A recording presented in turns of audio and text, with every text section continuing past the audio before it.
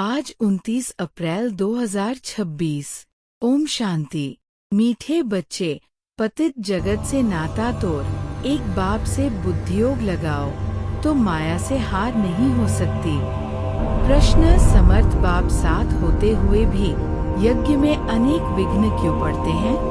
कारण क्या है? उत्तर: ये विघ्न तो ड्रामा अनुसार पड़ने ही हैं, क्योंकि जब यज्ञ में असुरों के विघ्न पड़े तब तो पाप का घड़ा भरे। इसमें बाप कुछ नहीं कर सकते, ये तो ड्रामा में नूंद है। विघ्न पड़ने ही हैं, लेकिन विघ्नों से तुम्हें घबराना नहीं है। गीत। कौन है माता, कौन पिता है? ओम शांति। बच्चों ने बेहद के बाप का फरमान सुना।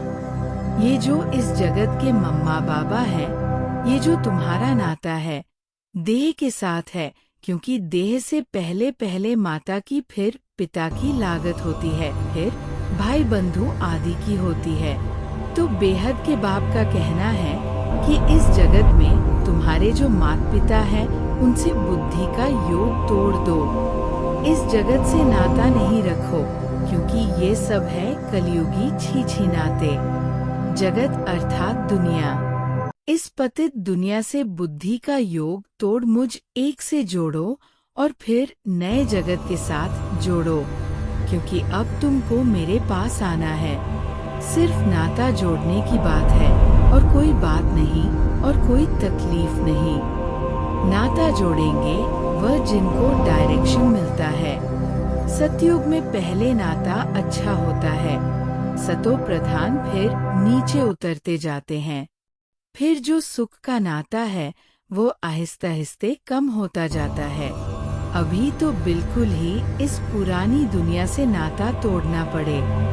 बाप कहते हैं मेरे साथ नाता जोड़ो, श्रीमत पर चलो और जो भी देह के नाते हैं वह सब छोड़ दो। विनाश तो होना ही है। बच्चे जानते हैं बाप जिसको परमपिता परमात्मा कहा जाता है, वह भी ड्रामा अनुसार सर्विस करते हैं।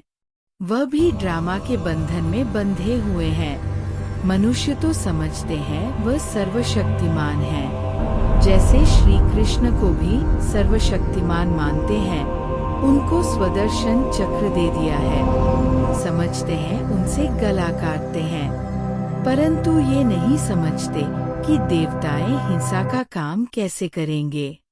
वो तो कर नहीं सकते। देवताओं के लिए तो कहा जाता है अहिंसा परमो धर्म था। उन्हों में हिंसा कहाँ से आई? जिसको जो आया वह बैठकर लिख दिया है।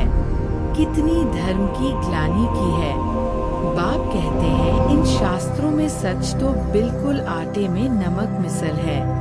ये भी लिखा हुआ है कि रुद्र ज्ञान यज्ञ रचा था, उसमें असुर विघ्न डालते थे, अबलाओं पर अत्याचार होते थे। वह तो ठीक लिखा हुआ है। अभी तुम समझते हो शास्त्रों में सच क्या है, झूठ क्या है। भगवान खुद कहते हैं इस रुद्र ज्ञान यज्ञ में विघ्न पड़ेंगे जरूर। ड्रामा में नूंद है। ऐसे नहीं कि परमात्मा साथ है तो विघ्नों को हटा देंगे। इसमें बाप क्या करेंगे? ड्रामा में होने का ही है। ये सब विघ्न डाले तब तो पाप का घड़ा भरे ना। बाप समझाते हैं ड्रामा में जो नूंद है वही होना है। असुरों के विघ्न जरूर पड़ेंगे। अपनी राजधानी जो स्थापन हो रही है, आधा कल्प माया के राज्य में मनुष्य कितना तमो प्रधान बुद्धि भ्रष्टाचारी बन जाते हैं। फिर उनको श्रेष्ठाचारी बनाना बाप का काम है ना। आधा कल्प लगता है भ्रष्टाचारी बनने में, फिर एक सेकंड में बाप श्रेष्ठाचारी बनाते हैं। निश्चय होने में देरी थोड़े ही लगती है। ऐसे बहुत अच्छे बच्चे हैं जिन्हों को निश्चय होता है, झट प्रतिज्ञा करते हैं, परंतु माया भी तो पहलवान है ना। कुछ न कुछ मनसा में तूफान लाती है। पुरुषार्थ कर कर्मणा में नहीं आना है। सब पुरुषार्थ कर रहे हैं, कर्मातीत अवस्था तो हुई नहीं है। कुछ न कुछ कर्मेंद्रियों से हो जाता है। कर्मातीत अवस्था तक पहुंचने में बीच में विघ्न जरूर पड़ेंगे। बाप ने समझाया है, पुरुषार्थ करते करते अंत में जाकर कर्मातीत अवस्था होती है, फिर तो इस शरीर को रहना नहीं है, इसलिए टाइम लगता है। विघ्न कुछ न कुछ पड़ते हैं। कहाँ माया हरा भी देती है। बाग सिंह है ना, चाहते हैं बाबा की याद में रहें, परंतु रह नहीं सकते। थोड़ा बहुत टाइम जो पड़ा हुआ है, धीरे धीरे वो अवस्था धारण करनी है। कोई जन्मते ही राजा तो नहीं होता है। छोटा बच्चा धीरे धीरे बड़ा होगा ना, इसमें भी टाइम लगता है। अब तो बाकी थोड़ा समय रहा है। सारा मदार पुरुषार्थ के ऊपर है। अटेंशन देना है। हम कैसे भी करके बाप से वर्षा लेंगे जरूर। माया का सामना जरूर करेंगे, इसलिए प्रतिज्ञा करते हैं। माया भी कम नहीं है, हल्के से हल्के रूप में भी आती है। रुस्तम के सामने अच्छा जोर मारती है। ये बातें कोई शास्त्रों में नहीं है। बाप कहते हैं कि तुम बच्चों को अभी समझाता हूँ। बाप द्वारा तुम सद्गति को पा लेते हो, फिर इस ज्ञान की दरकार ही नहीं रहती। ज्ञान से सद्गति हो जाती है। सद्गति कहा जाता है सतयुग को। तो मीठे मीठे बच्चों को लक्ष्य मिला है, ये भी समझते हैं। ड्रामा अनुसार झाड़ बढ़ने में टाइम तो लगता ही है। विघ्न तो बहुत पड़ते हैं। चेंज होना पड़ता है। कौड़ी से हीरे जैसा बनना पड़ता है। रात दिन का फर्क है। देवताओं के मंदिर अभी तक भी बनाते रहते हैं। तुम ब्राह्मण अभी मंदिर नहीं बनाएंगे, क्योंकि वह है भक्ति मार्ग। दुनिया को ये पता ही नहीं कि अब भक्ति मार्ग खत्म हो, ज्ञान मार्ग जिंदाबाद होना है। ये सिर्फ तुम बच्चों को मालूम है। मनुष्य तो समझते हैं कलयुग अभी बच्चा है, उन्हों का सारा मदार है शास्त्रों पर। तुम बच्चों को तो बाप बैठ सभी वेदों शास्त्रों का राज समझाते हैं। बाप कहते हैं, अभी तक तुम जो पढ़े हो वो सब भूल जाओ। उनसे कोई की सद्गति होती नहीं। भल करके अल्पकाल का सुख मिलता आया है। सदा सुखी सुख मिले, ऐसे हो नहीं सकता। ये है क्षण भंगुर सुख। मनुष्य दुख में रहते हैं। मनुष्य ये नहीं जानते कि सतयुग में दुख का नाम निशान नहीं होता है। उन्होंने वहाँ के लिए भी ऐसी बातें बता दी है। वहाँ कृष्णपुरी में कंस था। ये था श्री कृष्ण ने जेल में जन्म लिया। बहुत बातें लिख दी है। अब श्री कृष्ण स्वर्ग का पहला नंबर प्रिंस। उसने क्या पाप किया? ये है दंत कथाएं, सो भी तुम अभी समझते हो, जबकि बाप ने सच बताया है। बाप ही आकर सचखंड स्थापन करते हैं। सचखंड में कितना सुख था, झूठ खंड में कितना दुख है, ये सब भूल गए हैं। तुम जानते हो, हम श्रीमत पर सचखंड स्थापन करके उसके मालिक बनेंगे। बाप समझाते हैं, ऐसे ऐसे श्रीमत पर चलने से तुम ऊंच पद पा सकेंगे। बच्चे ये जानते हैं, हमको ये पढ़ाई पढ़कर सूर्यवंशी महाराजा महारानी बनना है। दिल भी सबकी होती है ऊंच पद पाने की।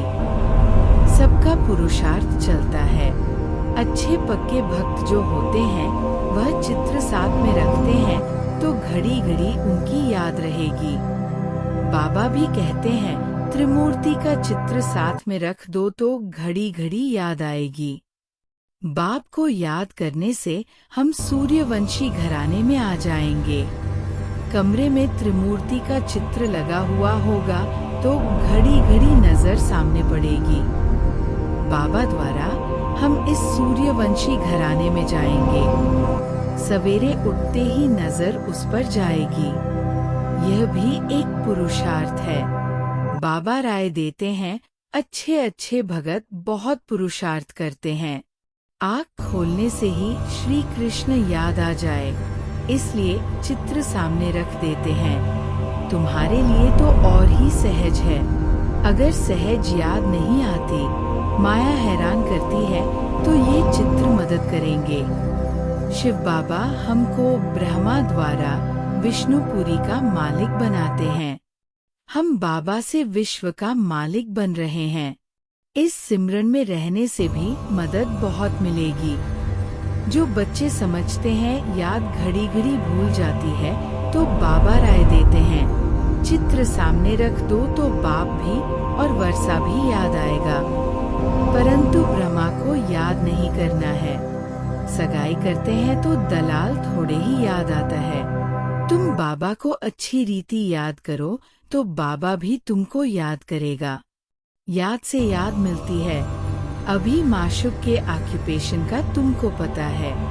शिव के कितने ढेर भगत हैं। शिव शिव कहते रहते हैं, परंतु वह रांग है शिव काशी। विश्वनाथ फिर गंगा कह देते हैं, पानी के किनारे जाकर बैठते हैं। ये समझते नहीं कि ज्ञान का सागर बाप है। बनारस में बहुत फॉरेनर्स आदि जाते हैं देखने। बड़े बड़े घाट है, फिर भी सभी के बाप का मंदिर तो खींचता है। सब उनके पास जाते हैं। मंदिर तो किसके पास जाएगा नहीं। मंदिर के देवताएं खींचते हैं, शिव बाबा भी खींचते हैं।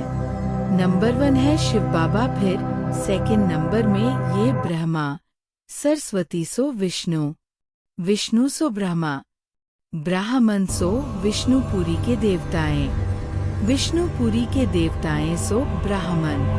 अब तुम्हारा धंधा ये रहा। हम सो देवता बन रहे हैं तो औरों को भी रास्ता बताना है। और सब है जंगल में ले जाने वाले। तुम जंगल से निकाल बगीचे में ले जाते हो। शिव बाबा आकर कांटों को फूल बनाते हैं। तुम भी ये धंधा करते हो। इन बातों को तुम ही जानते हो। कोई राजा रानी तो है नहीं जिनको तुम समझाओ। गाया हुआ है, पांडवों को 3 पैर पृथ्वी के नहीं मिलते थे। बाप समर्थ था तो उनको विश्व की बादशाही दे दी। अभी भी वही पाठ बजेगा ना। बाप है गुप्त। श्री कृष्ण को तो कोई विघ्न पड़ न सके। अब बाप आए हैं। बाप से आकर वर्षा लेना है। इसके लिए मेहनत करनी होती है। दिन प्रतिदिन नई नई पॉइंट्स निकलती रहती हैं। देखने में आता है प्रदर्शनी में समझाने से अच्छा प्रभाव पड़ता है। बुद्धि से काम लिया जाता है कि प्रदर्शनी से अच्छा प्रभाव होता है या प्रोजेक्टर से। प्रदर्शनी में समझाने से चेहरा देखकर समझाया जा सकता है। समझते हो गीता का भगवान बाप है, तो बाप से फिर वर्षा लेने का पुरुषार्थ करना है। 7 रोज देना है। लिख कर दो, नहीं तो बाहर जाने से ही माया भुला देगी। तुम्हारी बुद्धि में आ गया, हमने 84 का चक्र लगाया है, अभी जाना है। तमो प्रधान से सतो प्रधान बनना है। ये चित्र तो साथ में होने ही चाहिए। बड़े अच्छे हैं। बिरला आदि भी ये नहीं जानते कि इन लक्ष्मी नारायण ने ये राज्य भाग्य कब और कैसे लिया। तुम जानते हो तो तुमको बड़ी खुशी होनी चाहिए। लक्ष्मी नारायण का चित्र ले, झट कोई को समझाएंगे। उन्होंने ये पद कैसे पाया? ये बातें बुद्धि से समझने और समझाने की है। मंजिल है ऊंची। जो जैसा टीचर है वो वैसे ही सर्विस करते हैं। देखते हैं कौन कौन सेंटर संभाल रहे हैं अपनी अवस्था अनुसार। नशा तो सबको है, परंतु विवेक कहता है समझाने वाला जितना होशियार होगा उतना सर्विस अच्छी होगी। सब तो होशियार हो नहीं सकते। सबको एक जैसा टीचर मिल नहीं सकता। जैसे कल्प पहले चला था वैसे ही चल रहा है। बाप कहते हैं अपनी अवस्था को जमाते रहो। कल्प कल्प की बाजी है। देखा जा रहा है कल्प पहले मुआफिक हर एक का पुरुषार्थ चल रहा है। जो कुछ होता है हम कह देते कल पहले भी ऐसे हुआ था। फिर खुशी भी रहती है, शांति भी रहती है। बाप कहते हैं कर्म करते हुए बाप को याद करो। बुद्धि का योग वहाँ लटका रहे तो बहुत कल्याण होगा। जो करेगा सो पाएगा, अच्छा करेगा अच्छा पाएगा। माया की मत पर सब बुरा ही करते आए हैं, अब मिलती है श्रीमत। भला करो तो भला हो। हर एक अपने लिए मेहनत करते हैं, जैसा करेंगे वैसा पाएंगे। क्यों न हम योग लगाते सर्विस करते रहें। योग से आयु बढ़ेगी। याद की यात्रा से निरोगी बनना है तो क्यों न हम बाबा की याद में रहें। यथार्थ बात है तो क्यों न हम कोशिश करें। ज्ञान तो बिल्कुल सहज है, छोटे बच्चे भी समझ जाते हैं और समझाते हैं, परंतु वह योगी तो नहीं ठहरे ना। ये तो पक्का कराना है कि बाप को याद करो। जो समझते हैं घड़ी घड़ी भूल जाता है तो चित्र रख दें तो भी अच्छा है। सवेरे चित्र को देखते ही याद आ जाता है। शिव बाबा से हम विष्णुपुरी का वर्षा ले रहे हैं। ये त्रिमूर्ति का चित्र ही मुख्य है, जिसका अर्थ तो तुमने अभी समझा है। दुनिया में ऐसे त्रिमूर्ति का चित्र और कोई के पास है नहीं। ये तो बिल्कुल सहज है, हम लिखे वा न लिखें। ये तो सभी जानते हैं, ब्रह्मा द्वारा स्थापना, विष्णु द्वारा पालना। अच्छा, मीठे मीठे सिकिलधे बच्चों प्रति माता पिता बाप दादा का याद प्यार और गुड मॉर्निंग। रूहानी बाप की रूहानी बच्चों को नमस्ते।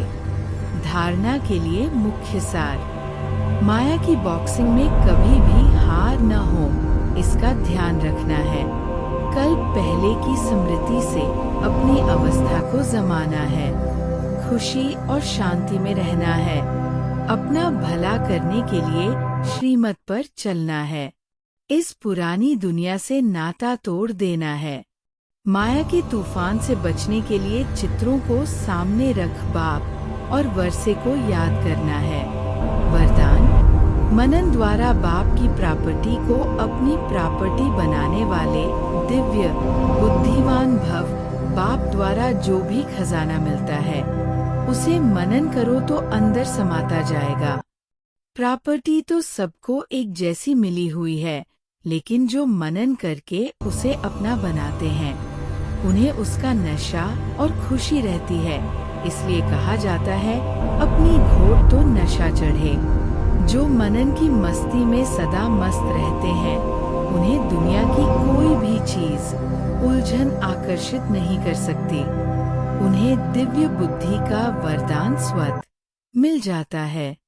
स्लोगन: मन की उलझन को समाप्त करने के लिए निर्णय शक्ति को बढ़ाओ। ये अव्यक्त इशारे: महान बनने के लिए मधुरता और नम्रता का गुण धारण करो। ऐसे नहीं समझो कि हम तो सदैव झुकते ही रहते हैं, लेकिन हमारा कोई मान नहीं। जो झुकते नहीं वह झूठ बोलते हैं, उनका ही मान है नहीं। ये अल्पकाल का है, लेकिन आप दूरादेशी बुद्धि रखो। यहाँ जितनों के आगे झुकेंगे अर्थात नम्रता के गुण को धारण करेंगे तो सारा कल्प ही सर्व आत्माएं आगे आगे नमन करेंगी। सतयुग त्रेता में राजा के रिगार्ड में कान से नहीं लेकिन मन से झुकेंगे और द्वापर कलयुग में कांध झुकाएंगे। ओम शांति।